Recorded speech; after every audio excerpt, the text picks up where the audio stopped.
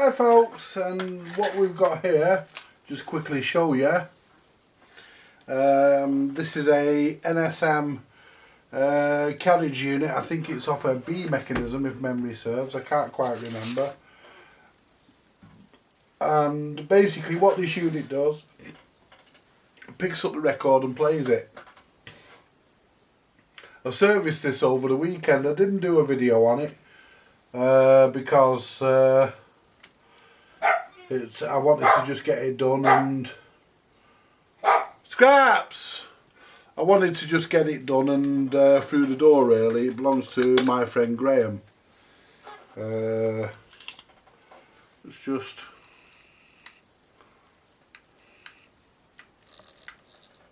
play about with the.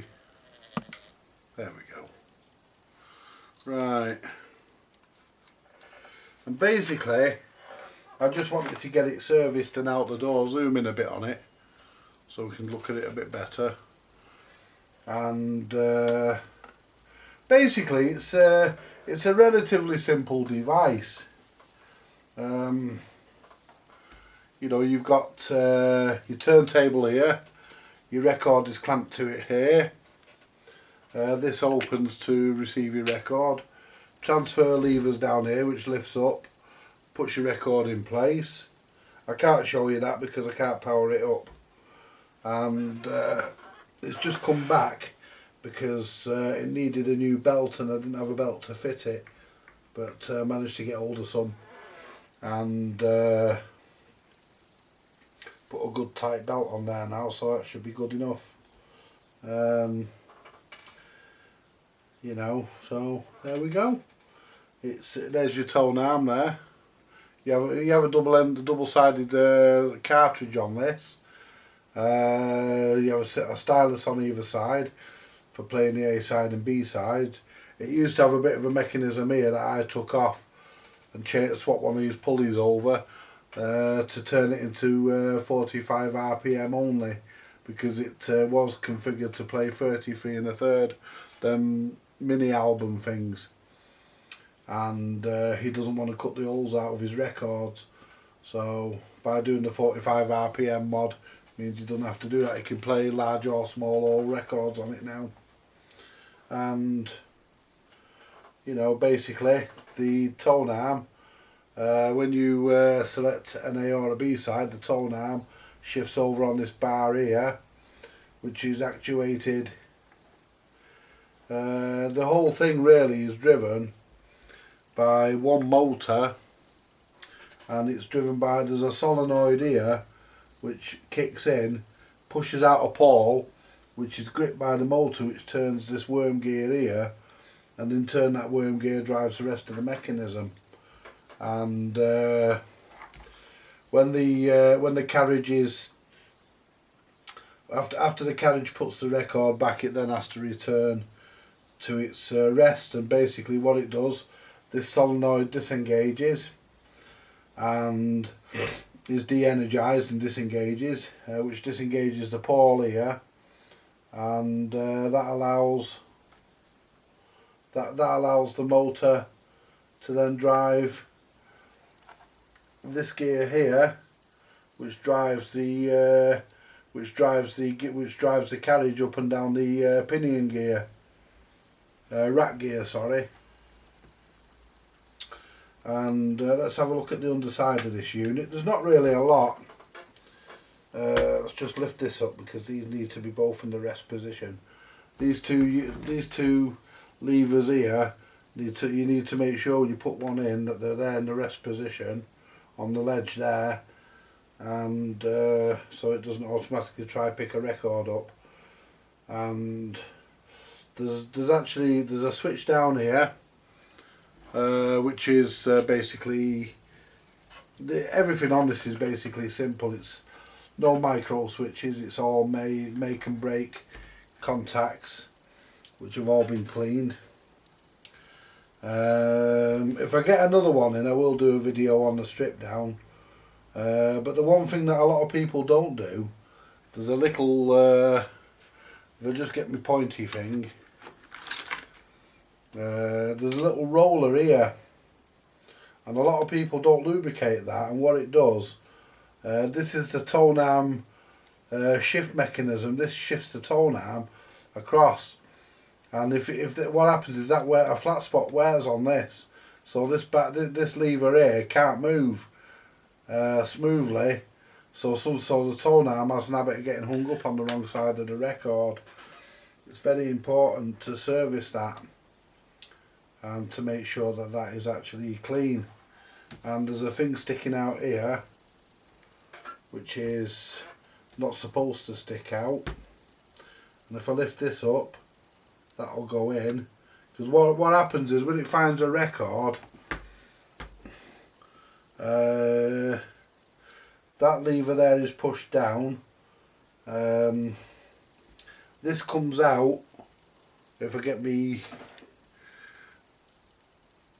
this comes out and locks the carriage into position of the record selected. The transfer lever, which sits down here, lifts the record up, puts it onto the turntable, the clamp clamps it on, and the record is played. At the end there's a reed switch. I'm not sure whether the one of these is for the A and the B, or whether it's just one used. I will soon find that out now. Let's trip this other one. Yes, as I thought. One is used for the A and one is used for the B.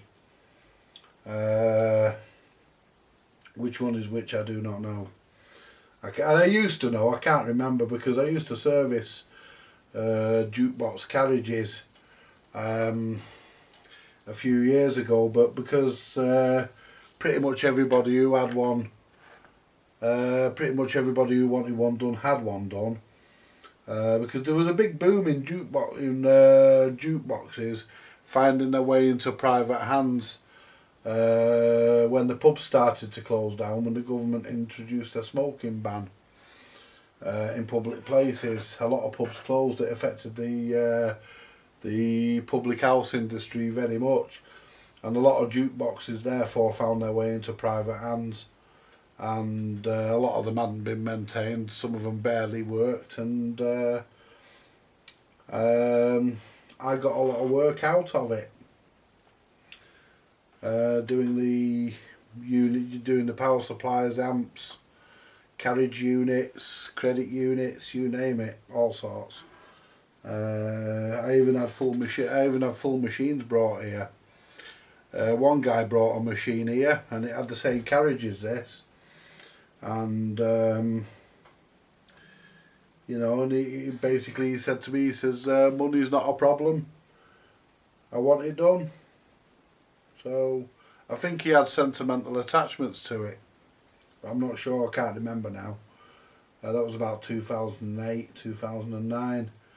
Anyway, I did it for him, and he was very, very pleased, and paid the price that I asked, which really wasn't a lot, but you know, I didn't skin him, if that's what you mean, didn't fleece him, if that's, you know, the correct word to use. I charged him a fair price, I fought for a fair job, and he never came back, so he was obviously happy. You know, I said to him, if you have any problems, I guaranteed the repairs for 6 months. You know, I normally only give 3, but because he paid a decent amount, I gave him 6 months, and my phone never rang in all that time, so I have to assume that everything was okay. He's never been back, so he's either lost his sentimentality for it and sold it, or it's still working.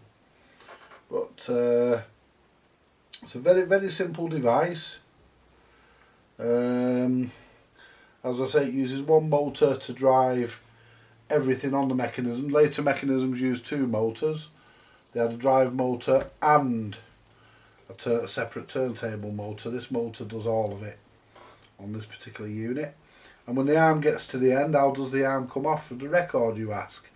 There's a reed switch here. As the arm moves in, you can just hear it. You won't hear it on video. I can just hear it click. And this reed switch is adjustable. The actuator magnet here for the reed switch, that's adjustable. so you can set it to come off the record a bit earlier if it's a bit too keen. If it's not keen enough, you know, you can adjust that so that it'll lift off earlier if it has to. If you need it to. There's a stylus brush here to clean the stylus. There should be another stylus brush on this side to clean the other stylus, but that's missing. So, you know, now what I can do about that, I don't have one, but if I did I would have put one on. On the later models, the stylus cleaner was automatic. It used to clean the stylus. Rather than it being a fixed one, it was automatic. Used to brush the stylus when the arm came back for A sides and brush it before it played a B side, if I remember rightly, because the mechanism basically for B sides works in reverse. And underneath the carriage, we've got a nice collection of springs. Try and be careful with it. Got a nice collection of springs, and all these springs have a job to do and they have to be correct. You've got your counterbalance here, which is adjustable. There's a little grub screw in there, so you can adjust the weight of the arm. You know, you can adjust the counterbalance. You've actually got springs here that pull the arm onto the record, and you can adjust them by these little tabs here at the side, just bending them in and out, either more or less pressure. And you know, that's basically it. These are your tone arm wires, come from your tone arm, go to a 5-pin DIN plug here. NSM always used a 5-pin DIN, as far as I'm aware, on all their models except for the very last ones. I think they had RCA connected on the very last vinyl boxes, but I'm not sure.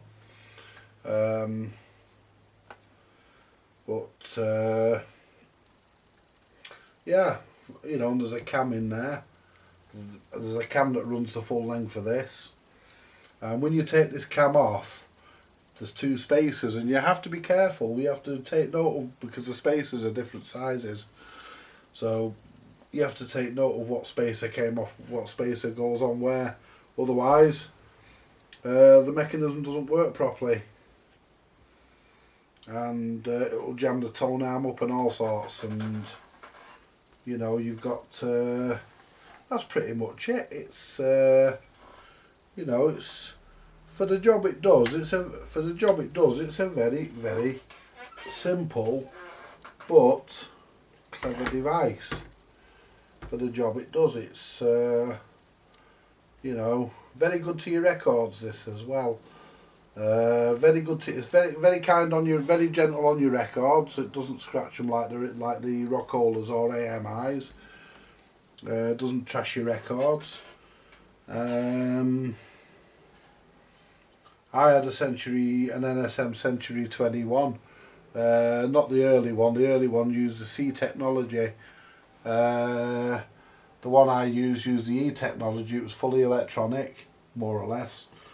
And use the TMS 1000 NL in its credit unit. Very good, reliable machine, and very gentle on the records. I sold that. I now have a Row AMI Diplomat, which a few of you actually know, and a couple of you have been here and even seen. But yeah, this is definitely a very reliable unit, and you know. There's not much to go wrong on this. I mean, there's a couple of switches here. There's one buried in the back. There's a reed switch there. That's 4 switches. Not a lot to troubleshoot. The main Hercules heel on these is that round solenoid there. You can't get them. You know, so once that's gone, unless you can find a scrapper with a good solenoid in it, then you know, I'm afraid you're shiter out of luck. Really, but you know, there's not really a lot I can say. Not much more I can say about this. It is belt. The turntable is belt driven. The belt feed comes from the motor down here and comes up these 2 pulleys. Get me pointer. The belt goes round the motor there down here, and it comes up round this pulley and then round the back pulley. And to do the 45 RPM mod, you swap these pulleys over and take this bit of a linkage off the side here, and you then feed this bar back through the bottom here. Just put something on. I use part of a chock block to put on here, just to stop the bar going back, because it doesn't have to, and it won't go any further forward. It will if you push it, but there's no need for it. There's a spring in there which holds it under compression. So it's, you know, the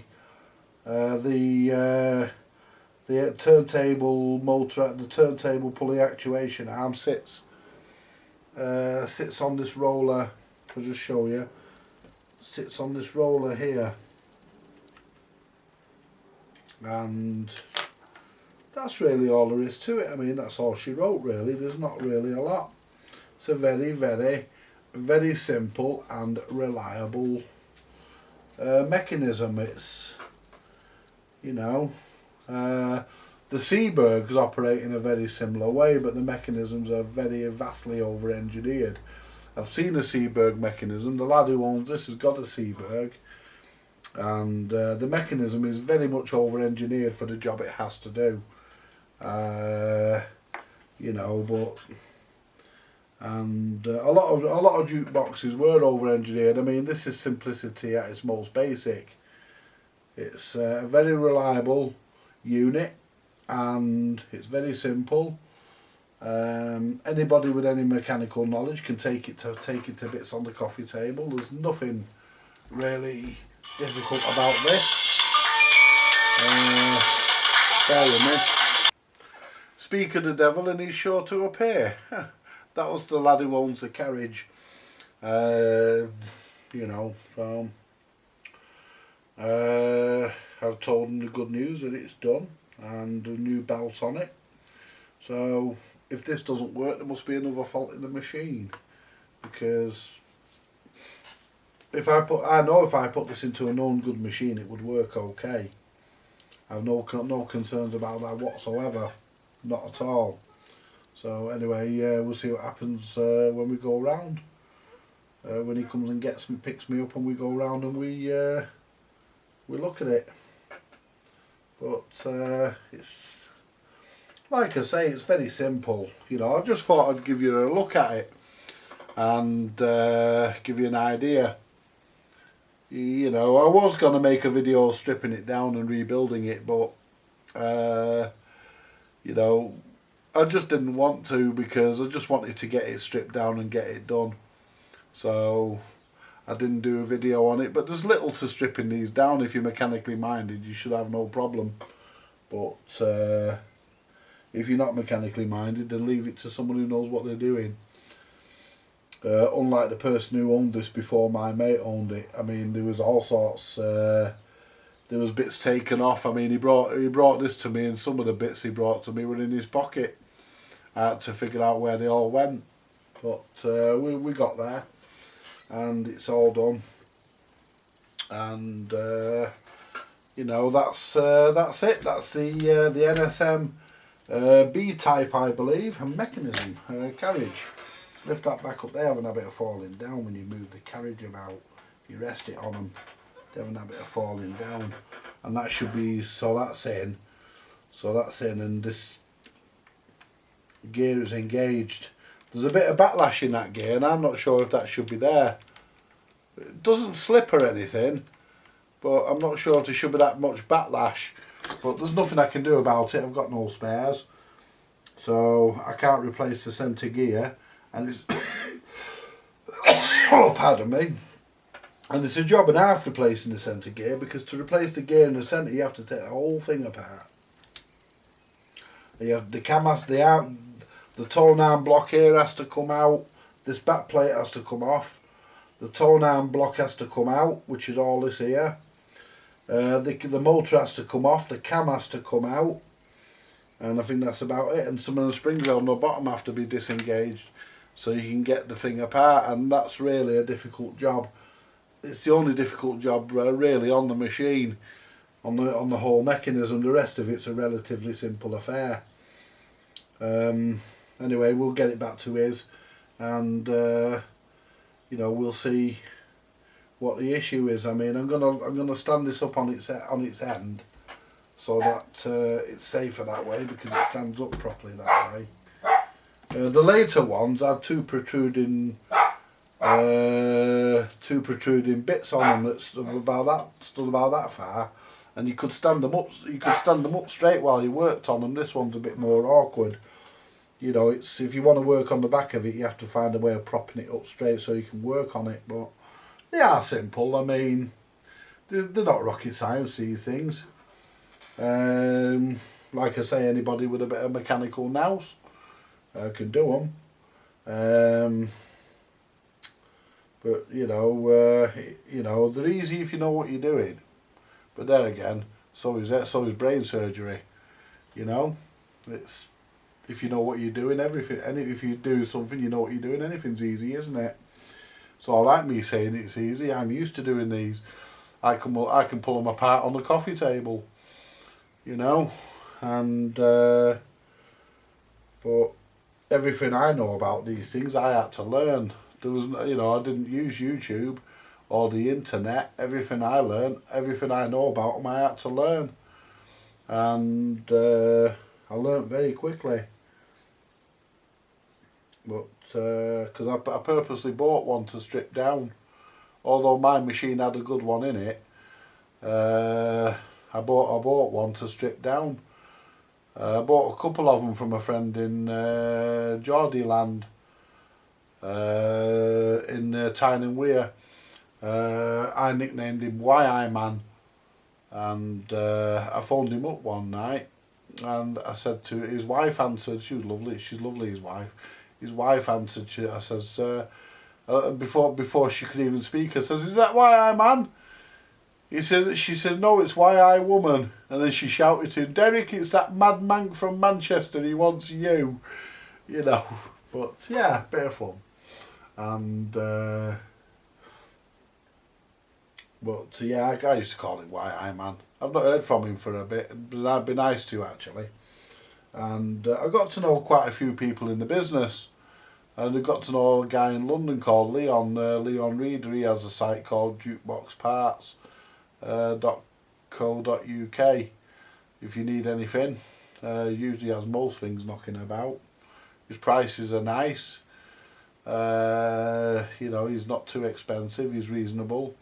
Even on his styluses, should I say, he's reasonable on his stylies, his cartridges. You know, I buy my cartridges from him, because some of the cartridges he buys for jukeboxes don't fit record players, like the fan steel ones and stuff. You know, I buy them from him if I need a cartridge, decent one. I buy it from him, and you know, yeah, decent guy, great guy.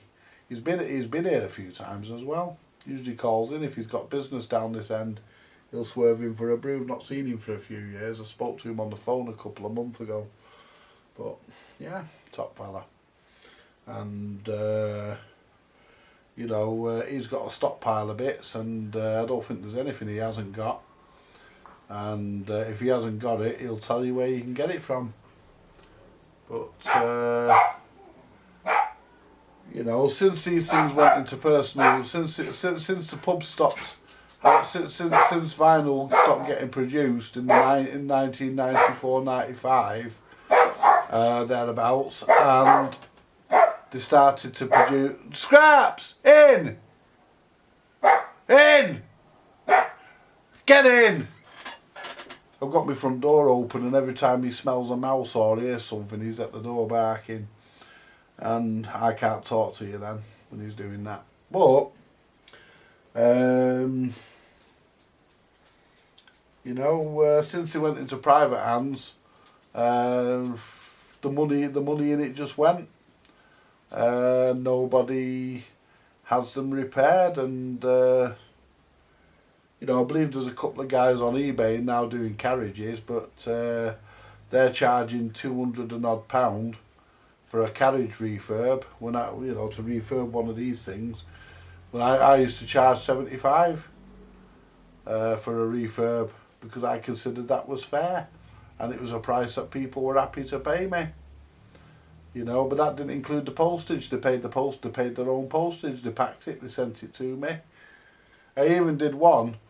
He has a channel on here, Richard. I can never pronounce his last name. He does CB radios and two-way radios and stuff. He's UKCB service or something, I think. I did a few for him, and one I did for him, he found in a hedge.